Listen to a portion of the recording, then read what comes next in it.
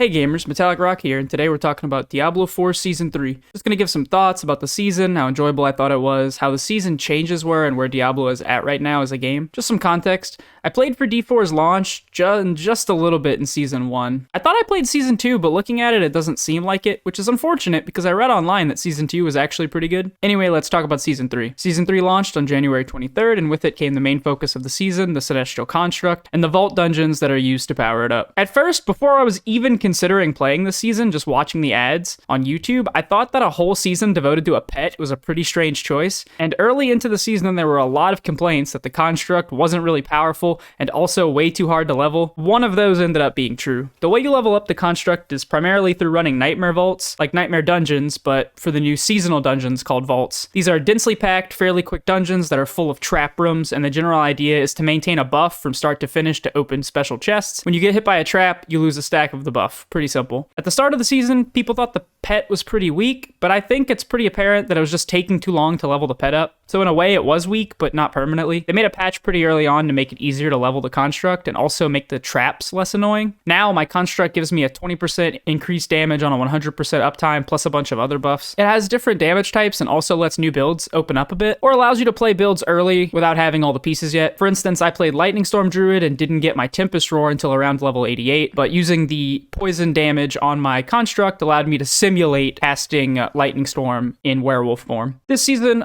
also added a new Uber boss, Uber Malpheus, that I haven't gotten around to killing, as the main rewards from him are unique stones for your construct, and as I'm mostly done playing this season, I don't see much of a reason to kill him. Might kill him once just for fun though. Okay, so did I find Season 3 fun, and if so, why am I done? All in all, yeah, I'd consider Season 3 a success, personally. When playing in the pre-seasonal on-release version of D4, the main drawback was the lack of in-game. Through these 3 seasons, several in-game bosses have been added at various levels, and I had my fun with them. Echo of Arshan, the Beast in Ice, Lord Zir, Gregory, Duriel, and now Malpheus. All of these bosses are fun in their own way. And most importantly, they all let you target specific uniques to help you get your build up and running earlier. This to me was a huge win when I learned about this. A lot of times you'll power level past them anyway and go back one-shotting them. The option is there to go in level and power appropriate to learn the fights. I had fun with Varshan and the Beast in Ice. Once I got my aesthetic reps though, I started one-shotting everything, so I didn't really get to fully comprehend Duriel and Lord Zir's fight, but such is life. At least I know what uniques I can farm from them. I spent a lot of my time running Nightmare Vaults, which I really loved actually. Diablo is a mindless smash fest a lot of the times, and the Nightmare Vaults were densely packed and quick. After getting to World Tier 3, I almost never ran a Nightmare dungeon again. It was almost always vaults. The vaults dropped so much extra loot on top of the upgrades for the seasonal construct that dungeons were really not worth it to me anymore. One thing that I think is fine, but not super enjoyable, is getting through the early levels. It doesn't bother me that much, and it's not a huge complaint, but before like level 50, it just doesn't even feel like the same game. Once you have all your skill points and you start unlocking stuff on the Paragon board, the game, and more importantly, the fun really ramps up. I hope in the future they can find a way to speed us past those levels even faster to get us to the good stuff. Okay, so with all that being said, I'm done with Diablo 4 for a while, and personally, I think that's fine. I think gamers, and thus the gaming industry, have a strange obsession with every game becoming some kind of monolith that you can play every day for 16 hours a day for years. This is unreasonable, largely because only a few games like that can exist at a time. I think it's also very difficult from a design perspective to create content for games that meets those requirements. I think Diablo 4 is honestly a good game right now. I put probably 100 hours into the season and enjoyed 90% of the time spent. I felt there was plenty to do in the endgame, and now it's time to move on to another game. In-game means at some point the game should end. People will still say that Diablo 4 doesn't have any endgame, and I know that there is some leaderboard coming later in the season. Well,